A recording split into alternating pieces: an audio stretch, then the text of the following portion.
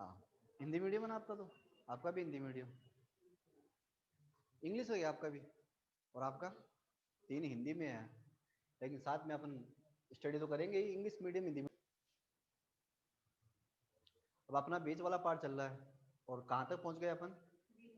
बीमा, ये पढ़ाना है आज। ओके,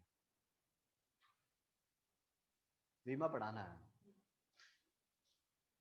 तो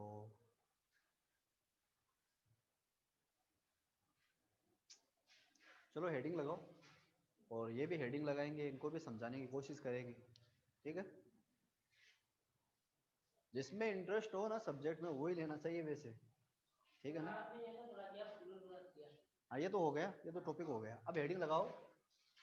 देखो भाई, इंग्लिश मीडियम वाले तो लगाएंगे डायमेंशंस,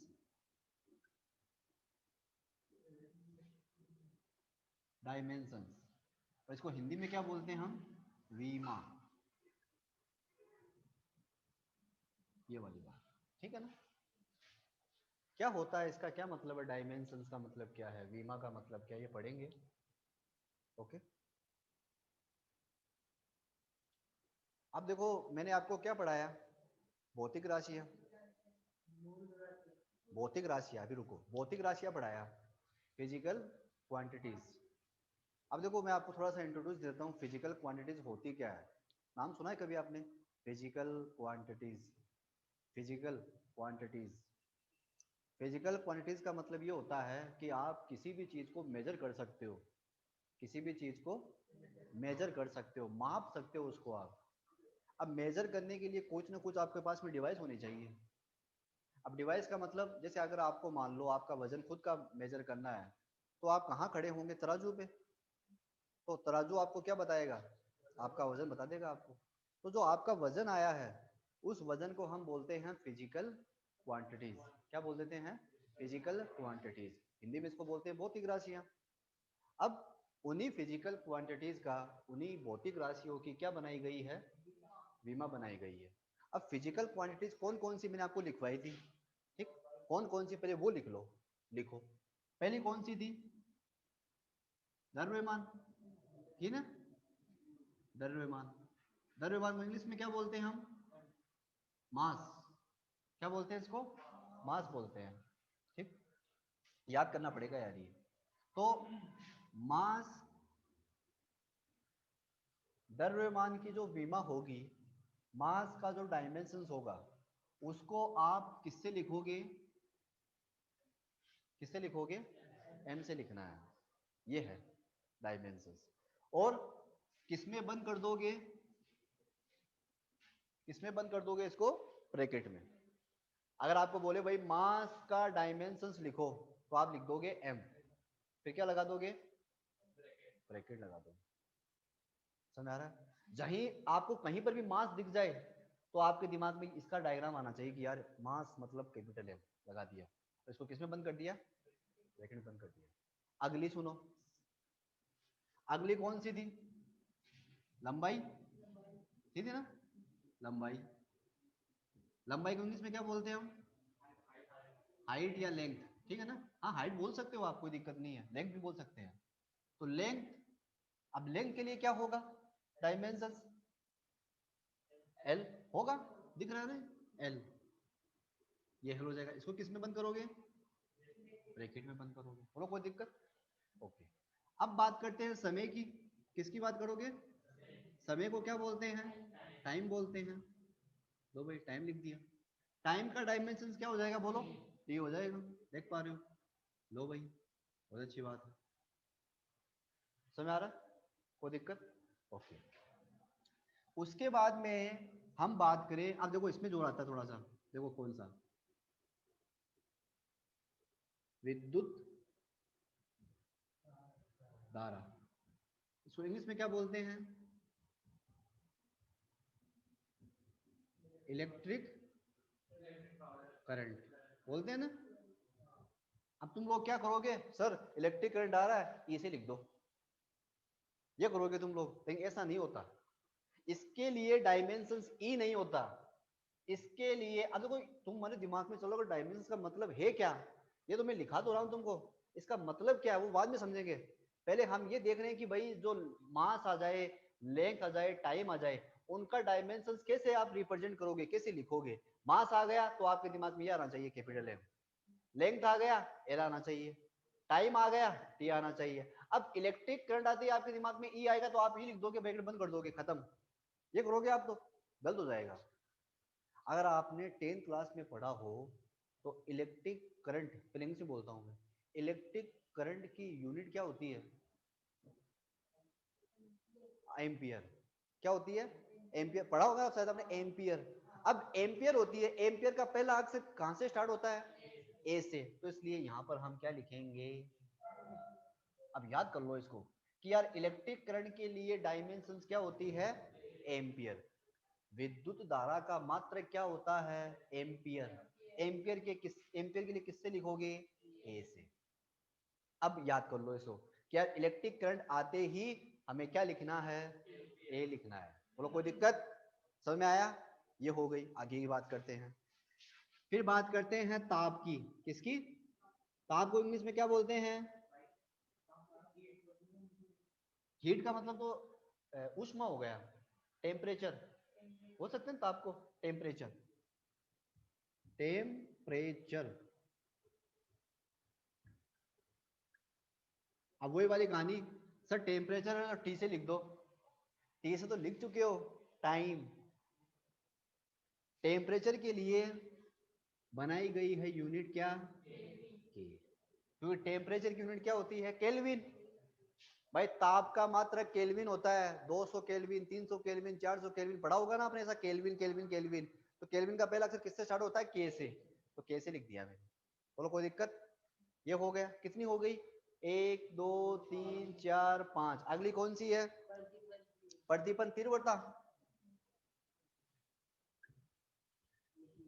प्रदीपन तीव्रता। मैं आपको ना ये फिजिकल क्वांटिटीज लिखा रहा हूँ, इसका डायमेंशंस आपको ये रटना पड़ेगा, याद करना पड़ेगा, आपके पास में कोई चारा नहीं है। और इसको इंग्लिश में क्या बोलते हैं, ल्यूमिनस इंटेंसिटी, ल्यूमिनस इंटेंसिटी बोलते हैं। ठीक है, ये हो गया। अब इसका जो सिंबल होगा वो क्या होगा, अच्छा प्रदीपन तीव्रता का मात्रक क्या होता है, कैंडेला। ल्यूमिनस इंटेंसिटी का मात्रक क्या होता है, कैंडेला। और कैंडेला में सी आता है, AND से लिखते हो ना आप स्पेलिंग। इसके लिए जो डायमेंशन बनाया गया है वो सी, फिर डी, सी डी का मतलब कैंडेला, क्या हो गया, सी डी का मतलब कैंडेला। किसके लिए ये, प्रदीपन तीव्रता। इंग्लिश में क्या बोलते हैं इसको, ल्यूमिनस इंटेंसिटी बोलते हैं। उतारो इसको, ये आपको रटने पड़ेंगे। वैसे तो आपके सिलेबस में केवल ये 3 ही है, लेकिन कभी कभार इनका यूज होता है, तब अपन को ये पढ़ना पड़ता है। हाँ एक और बताऊंगा अभी, पदार्थ की मात्रा। ये डायमेंशंस आपको रटने पड़ेंगे। मास आ गया तो m, लेंथ आ गया तो l, टाइम आ गया तो t, इलेक्ट्रिक करंट आ गया तो a, टेम्परेचर आ गया तो k, ल्यूमिनस इंटेंसिटी आ गया तो cd। रटना पड़ेगा ये, कोई चारा नहीं है इसका। ठीक, एक लास्ट बचा है, वो क्या है, पदार्थ की मात्रा।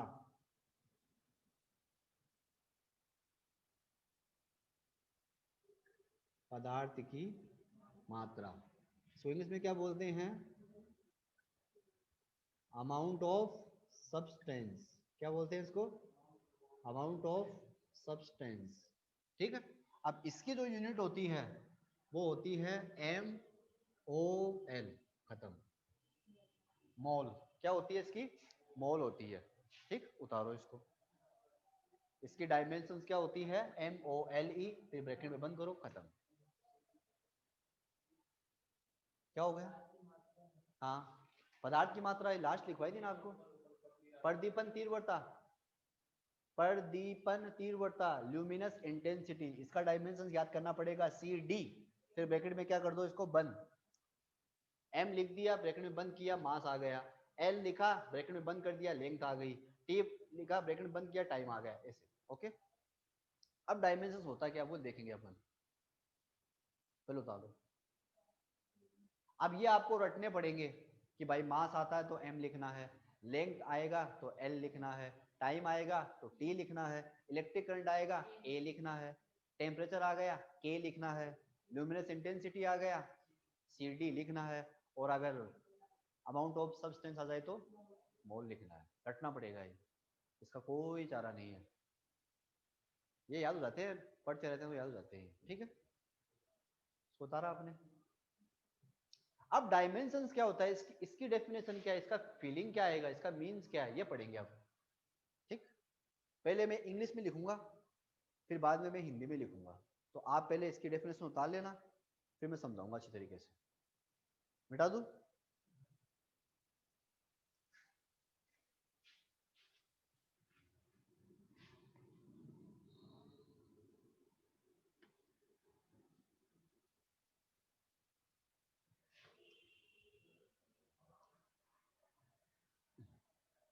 सबसे पहले आप क्या लिखोगे, इसकी डेफिनेशन। पहले मैं इसकी डेफिनेशन इंग्लिश में लिख रहा हूं। ठीक, क्या होती है डेफिनेशन, लिख रहा हूं मैं, डायमेंशंस आर पावर। क्या होती है, पावर। पावर वो नहीं, डायमेंशंस आर पावर, पावर का मतलब वो नहीं कार्य करना, वर्क करना, वो नहीं। पावर एक्स, एक्स के ऊपर लगाते हैं हम 2, वाई की पावर 4, जेड की पावर 4, वो power.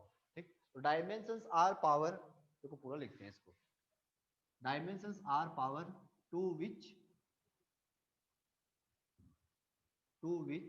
The fundamental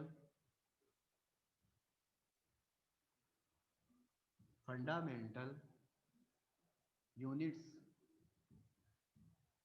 are raised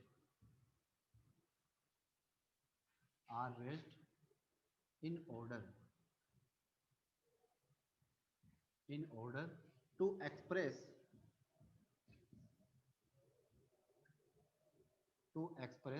the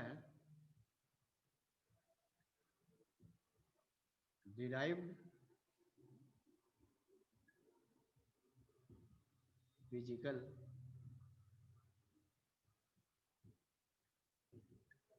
quantities। ये इसकी डेफिनेशन है। मतलब क्या हुआ, डायमेंशंस क्या होती है, एक तरह की पावर ही है। क्या होती है, पावर। इसमें करते क्या है, जो फंडामेंटल यूनिट्स है, मतलब जो फंडामेंटल फिजिकल क्वांटिटीज है, आर रेज्ड, लिखते हैं इन ऑर्डर, क्रम में, किसके लिए, द डिराइव्ड फिजिकल क्वांटिटीज को एक्सप्रेस करने के लिए। ये इसकी डेफिनेशन है। अब इसका देखो अपन एग्जांपल लेंगे ना, तब जाके ये डेफिनेशन हमारे हजम होगी। ऐसे बिल्कुल भी समझ में नहीं आएगी। अब जैसे मैंने लिख दिया, समझा दिया, बिल्कुल भी समझ में नहीं आया आपके, लेकिन जब इसका क्वेश्चन करेंगे ना, तब आपको समझ में आ जाएगा। अब इसको हिंदी में लिखते हैं। ठीक, इंग्लिश मीडियम वाले इसको उतार लो आप। ठीक, मैं इसको हिंदी में लिख रहा हूँ। परिभाषा, परिभाषा लिखो, बोल के बता दूं क्या, बोल के लिखा दूं क्या? चलो ठीक, लिखो आप, इसको उतार लो। ठीक, लिखोगे, मूल भौतिक राशियों पर मूल भौतिक राशियों पर मूल भौतिक राशियों पर वह घात,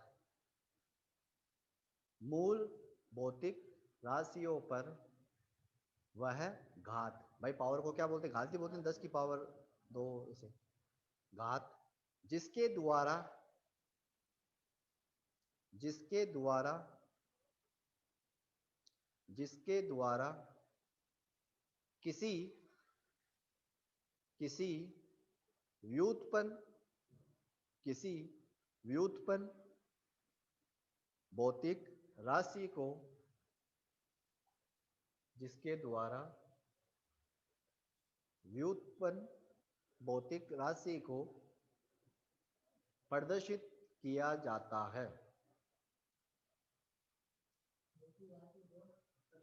हाँ, व्युत्पन्न भौतिक राशि को प्रदर्शित किया जाता है। ठीक, ये इसकी परिभाषा है। मतलब क्या लिखा, मूल राशियों पर वह घात जिसके द्वारा किसी व्युत्पन्न भौतिक राशि को प्रदर्शित किया जाता है, उसी को हम क्या बोलते हैं, क्या बोलते हैं, विमा बोलते हैं। देखो इसे इसे विमा कहते हैं, ऐसे लिख लो, इसे विमा कहते हैं। आपको कुछ नहीं करना, आपको केवल पावर देखनी है कि यार जो फंडामेंटल फिजिकल क्वांटिटीज है जो मैंने आपको लिखवाई ना साथ के साथ, वो कैसी क्वांटिटी थी, मूल राशि थी ना वो। तो उन मूल राशियों पर, उन फंडामेंटल फिजिकल क्वांटिटीज के ऊपर आपको पावर देखनी है। पावर 3 आ गई तो डायमेंशन कितना हो गया, 3 हो गया। पावर 10 आ रही है तो डायमेंशन कितना हो जाएगा, 10 हो जाएगा। पावर देखनी है आपको, इसको बोलते हैं हम क्या, डायमेंशन, इसको बोलते हैं विमा। घात को ही विमा बोलते हैं, लेकिन वो घात आपको कौन सी राशि पे मिलेगी, मूल राशि पर। लिखा है मैंने, मूल राशियों पर वह घात। अब मूल राशियों पे घात मिलेगी, लेकिन आप किसको प्रदर्शित कर दोगे, किसी भी व्युत्पन्न भौतिक राशि को प्रदर्शित कर सकते हो। अब इसके एग्जांपल लेंगे ना अपन, तब आपको ये समझ में आएगा और भी बढ़िया। ऐसे बिल्कुल भी समझ में आएगा, मेरे को पता है, क्योंकि मेरे को नहीं आता समझ में ऐसे। तो जब एग्जाम्पल करेंगे ना तब समझ में आएगा, देखना एक बार। समझ मेरे को नहीं आता, किसी को नहीं आता, ठीक। अब इसके अपन देखो एग्जाम्पल लेते हैं, बहुत से एग्जाम्पल लेंगे तो समझ में आएगा। देखो लिखते हैं एग्जाम्पल,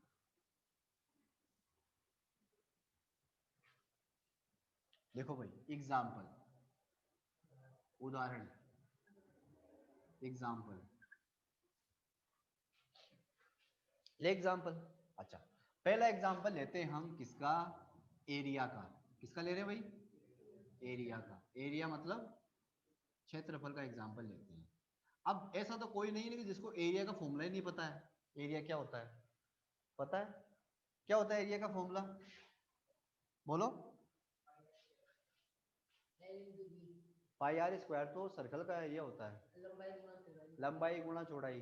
पढ़ा होगा तुम लोग, लेंथ इंटू विड्थ, ठीक। तो लेंथ ले लो और साथ में क्या कर दो, मल्टीप्लाई करवा दो विड्थ से।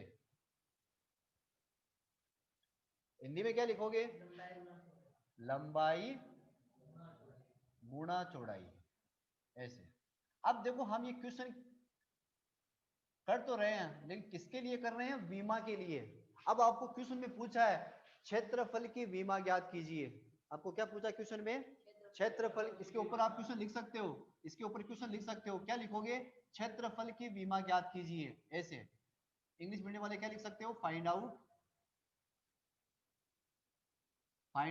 Dimensions, find out dimensions. किसका डायमेंशंस, एरिया का। और हिंदी मीडियम वाले क्या लिखोगे, क्षेत्रफल की विमा ज्ञात कीजिए। अब देखो क्या आपने यहाँ पर एक चीज नोटिस की क्या, कि यार विमा ज्ञात करने के लिए हमें सूत्र का पता होना जरूरी है। सूत्र के बगैर तो क्वेश्चन हिलेगा ही नहीं। यार मैं बोल दूं आपको क्षेत्रफल की विमा बताओ, अब आपको क्षेत्रफल का ज्ञान ही नहीं है, क्षेत्रफल का फॉर्मूला ही नहीं पता है, चले विमा निकालने आप, बंदूक चलाना नहीं आती, माने चले आप गोली, वो वाली कहानी हो गई, ठीक है ना। तो इसके लिए आपको फॉर्मूला याद होना जरूरी है। सर कितने सारे फॉर्मूले कैसे याद करेंगे, मत याद करो, कोई दिक्कत नहीं। क्योंकि जब ये क्वेश्चन आएगा ना तो पेपर के अंदर ये फॉर्मूला आपको दिया रखेगा। सबसे अच्छी बात ये है, आपको कुछ फॉर्मूला याद नहीं करना है, ये फॉर्मूला आपको पेपर में मिलेगा कि भाई एरिया इज इक्वल टू क्या होता है, लेंथ इनटू विड्थ होता है। ये फॉर्मूला आपको पेपर में दिए रखेगा। आपको तो ये फॉर्मूला देख के क्या निकालना है, डायमेंशंस, विमा बतानी है आपको। अब देखो विमा कैसे लिखे, विमा आपको पता है यार, मास आए तो m लिखते हैं, हाँ, लेंथ आए तो l लिखते हैं, टाइम आए तो t लिखते हैं, ये लिखते हैं ना अपन। अब कैसे लिखे, चलो कोई दिक्कत नहीं। अच्छा, लेंथ है, क्या ये लेंथ है, लेंथ की क्या भी मैंने विमा लिखा दी क्या आती है, l लिखवाई है। तो यहां पर तुम क्या लिख दोगे, l, लो भाई लिख दिया, कोई दिक्कत, ओके। साथ में विड्थ, विड्थ की लिखवाई है क्या, विड्थ क्या होती है, चौड़ाई। तो चौड़ाई एक तरह की लेंथ नहीं क्या,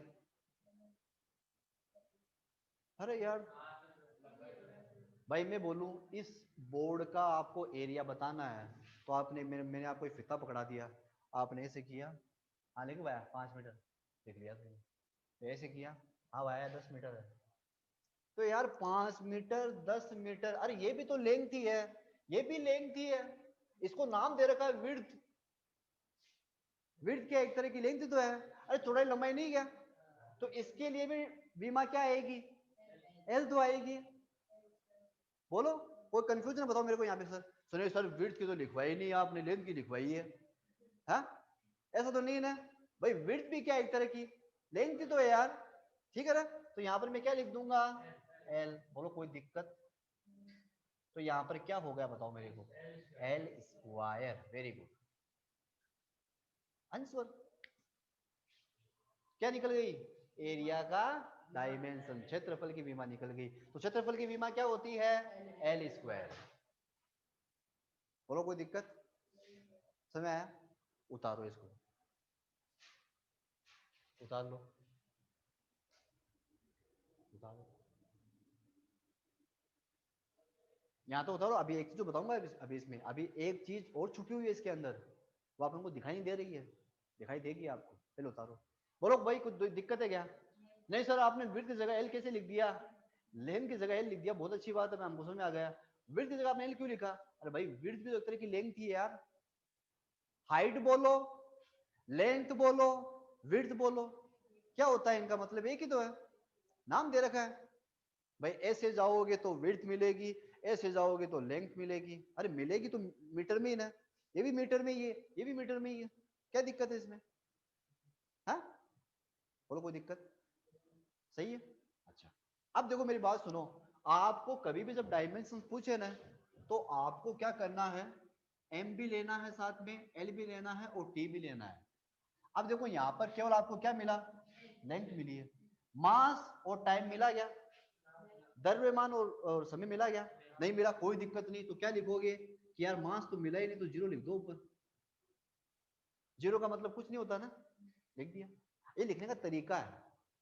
अभी यहाँ पर आपका आंसर पूरा नहीं हुआ, मैं आपको पहले बोल देता हूँ, अगर आप यहाँ तक करके आते हो तो आप गलत हो। आपको किस में लिखना है, एम में भी लिखना है, एल में भी लिखना है, टी में भी लिखना है। अगर मास दे रखा है तो बहुत अच्छी बात है, नहीं दे रखा तो क्या लगाओगे, पावर जीरो लगाओगे।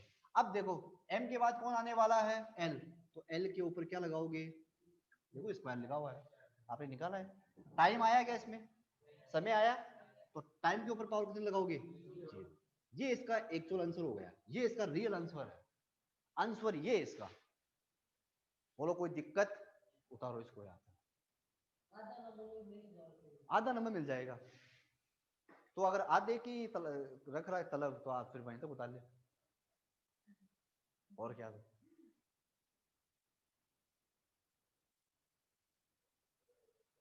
ठीक, अच्छा ये तो तुमने लिख दिया फॉर्मूले के रूप में, ये किसके रूप में है, फॉर्मूले के रूप में। अब इसको मैं बोलूं इंग्लिश में लिखो इसको, इसका मीन्स क्या है, तो तुम लिखोगे कि यार मास के ऊपर तो पावर कितनी आई, और पावर को क्या बोलते हैं भाई, घात को तो क्या बोलते हैं, तो इसका मतलब ये हुआ कि यार क्षेत्रफल की जो विमा है वो मास में कितनी है, ये लिखना पड़ेगा, यहां तक काम नहीं चलेगा, आपको लिखना पड़ेगा आगे, क्या लिखोगे, आप लिखोगे कि भाई डायमेंशंस, पहले मैं इंग्लिश में लिखता हूं, डायमेंशंस ऑफ, एक मिनट, डायमेंशंस ऑफ किसका, एरिया इज कितना, ये जीरो किसमें है, एम का मतलब मास, तो इन मास, और हिंदी में क्या लिखोगे, क्षेत्रफल की विमा किसमें, जीरो, किसमें जीरो, द्रव्यमान में लिखोगे, क्षेत्रफल की विमा, आप ये उतार सकते हो इंग्लिश मीडियम वाले, क्षेत्रफल की विमा, क्षेत्रफल की विमा किसमें, द्रव्यमान में, क्षेत्रफल की विमा शून्य किसमें, द्रव्यमान में।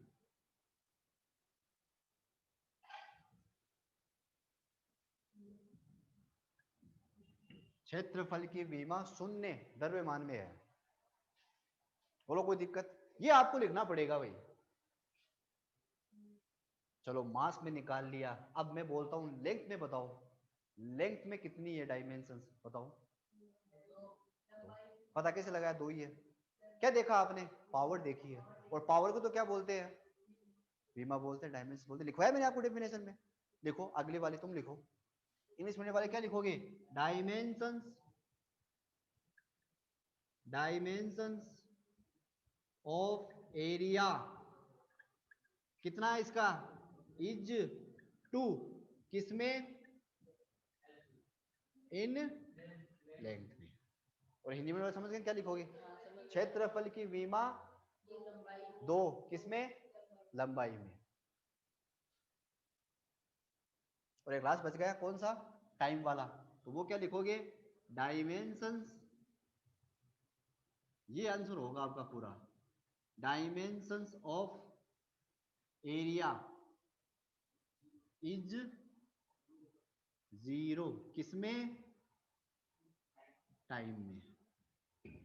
लो, अब यहां तक आपका आंसर क्या हो गया? पूरा हो गया, कंप्लीट हो गया। ये क्वेश्चन 2 नंबर का आता है एग्जाम में। बोलो इजी क्या? कर सकते हो। अगला क्या लिखोगे आप? क्षेत्रफल की विमा 2 किसमें? इसमें लंबाई में है, वहां पर। क्षेत्रफल की विमा 0 किसमें? समय में। लिखो तो, ये लिख लिया क्या हिंदी में? सर जोर आ रहा है हमारे, बराबर लिखो। खुद लिखो, अपनी भाषा में लिखो, अपनी लैंग्वेज में लिखो, अपने पेन से लिखो, दूसरों के पेन से मत लिखो। क्वेश्चन कर सकते हो। इसका और भी अगर तुमको अच्छा यार और भी नहीं सर और भी बताओ, और क्या समझ में आ सकता है इसके अंदर, और हम क्या इसमें रिजल्ट निकाल सकते हैं। तो मैं तुमको बोलूं भाई मेरे पास में एक बोर्ड है, उस बोर्ड का है ना, तुम क्या एरिया बता सकते हो? मैंने तुमको बुलाया कि यार फोन किया, अरे यार मेरे पास में एक बोर्ड है, तेरे पास में फीता पड़ा है, तो यार बता उस बोर्ड का एरिया कितना है। तो तू क्या करेगा? तू आएगा घर से, फीता लाएगा, पता कहाँ बोर्ड, ये बोलेगा ना। उनका वो पड़ा, तुम क्या करोगे? लेंथ को विड्थ को माप लोगे, लेंथ को माप लोगे, फिर बोलोगे यार बोर्ड का एरिया ये तो बताओगे तुम ये बोलोगे भाई यार बोर्ड का वजन तो पता कितना है, बोर्ड का वजन। बोला क्यों भाई बोर्ड का भाई बोर्ड का वजन बताएं, लंबा मेरे से एरिया नापा जाओ। कभी किसी को सुना क्या आपने कि यार उसका वजन बहुत ज्यादा, मैंने उसका एरिया नहीं माप पाया? मैं ऐसा कभी नहीं होता। अगर ये जमीन के ऊपर भी पड़ा नहीं बोर्ड, तो आपको उठाना थोड़ी, उसको उठा के ऐसे थोड़ी मापना है, ऐसे करके। वो पड़ा है तो उसको ऐसे फीते से इसको माप लो ना, क्या दिक्कत है? क्या आपने इसका वजन देखा? देखा आपने वजन? वजन से आपको मतलब ही नहीं है। मेरे को मतलब क्या वजन से? मेरे को केवल लंबाई चाहिए, मेरे को चौड़ाई चाहिए। तो देखो तभी तो, देखो देखो वजन में देखो बीमा कितनी आई, क्योंकि एरिया डिपेंड ही नहीं करता मास पे। एरिया डिपेंड ही नहीं करता मास पे। अगर आपको किसी चीज का एरिया चाहिए तो आपको मास से क्या लेना देना? मास पे डिपेंड नहीं करेगा। ये बता रहा है 0। 0 का मतलब इंडिपेंडेंट है यार, मतलब वस्तु का जो द्रव्यमान है वो वस्तु के क्षेत्रफल पर निर्भर नहीं करता। अब तुम मुझे बोलोगे यार मेरे को टाइम बता मेरे को, कि मैं टाइम, मेरे को टाइम भी बता। अरे भाई टाइम से क्या मतलब है? तेरे को 2 घंटे लगते, तेरे को 4 घंटे लगते, लगा दे, कोई दिक्कत नहीं। तेरे को क्या करना है? केवल एरिया तो मापना है उसका, लंबाई चौड़ाई। इसलिए टाइम पे भी देखो डिपेंड नहीं कर रहा है। देखो टाइम पे देखो कितनी पावर आ रही है। तो जब तुम किसी भी चीज को मेजर करते हो, उसका क्षेत्रफल माप रहे हो, उसका एरिया माप रहे हो, तो तुमको किस किस चीज से मतलब नहीं है? उसके द्रव्यमान से कोई मतलब नहीं है, समय से मतलब नहीं है। इसलिए द्रव्यमान और समय में पावर कितनी आई? हाँ तुमको भाई लेंथ से मतलब है, विड्थ से मतलब है, क्योंकि लेंथ और विड्थ अगर तुम्हारे पास में नहीं होगी तो तुम उसका एरिया नहीं मेजर कर पाओगे। कर पाओगे क्या? तुमको लेंथ का और विड्थ का ज्ञान होना जरूरी है कि यार लेंथ तो 5 मीटर और विड्थ 10 मीटर, तो तुमको एरिया मिल जाएगा। 10 इंटू 5 50 आ गया।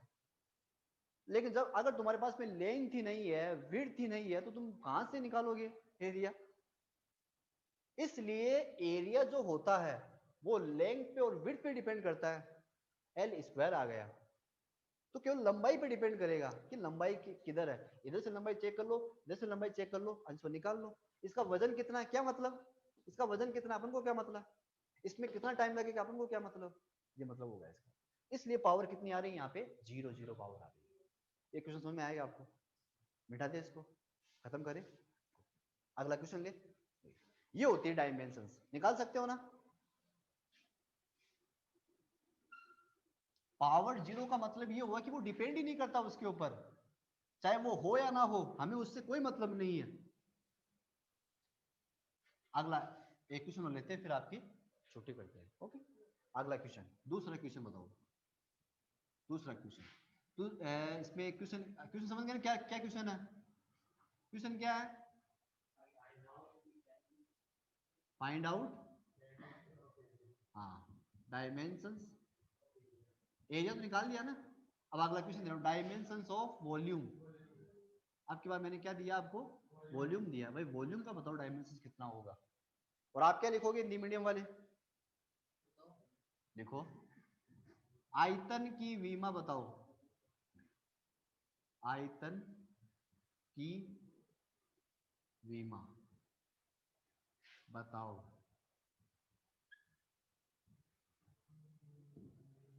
आयतन की विमा बताओ, ठीक।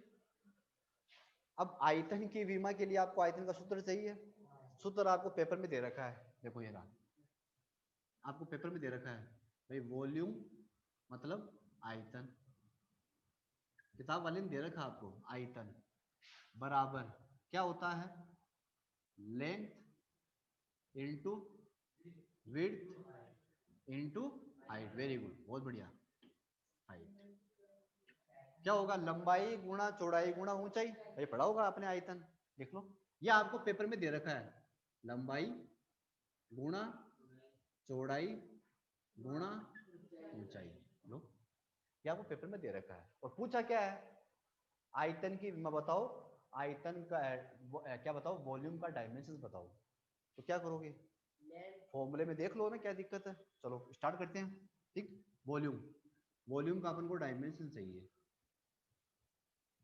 लो भाई निकालते हैं। अच्छा, लेंथ का डायमेंशन एल पढ़ा है भाई, लंबाई की विमा एल लिख दी,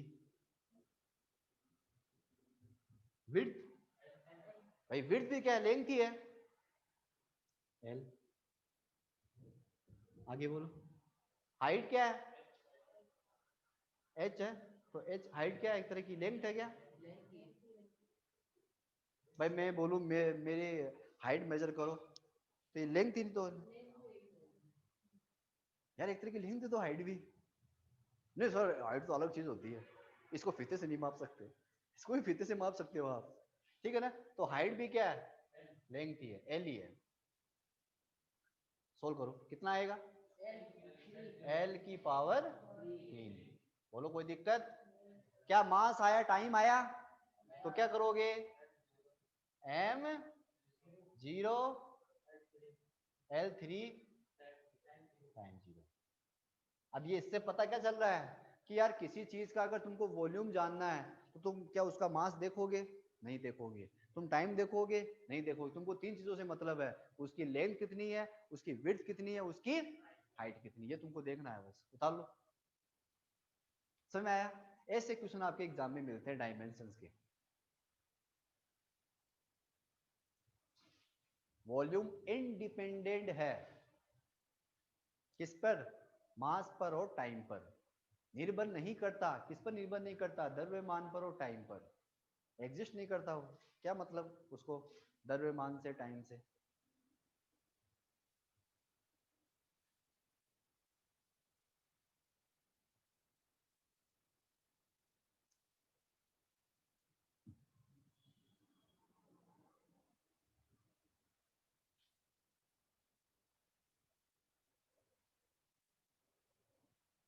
very good,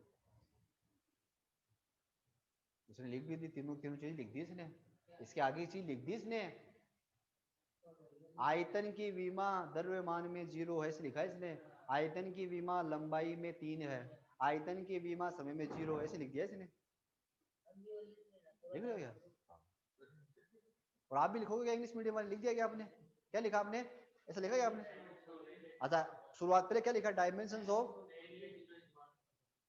of volume is 0 इन मास, फिर आगे बोलो। वेरी गुड, फिर वेरी गुड, बहुत बढ़िया, बहुत अच्छी बात है। आज कितना काफी है, इसको अपन आगे चलाते रहेंगे आगे, ठीक है, बहुत आज के लिए।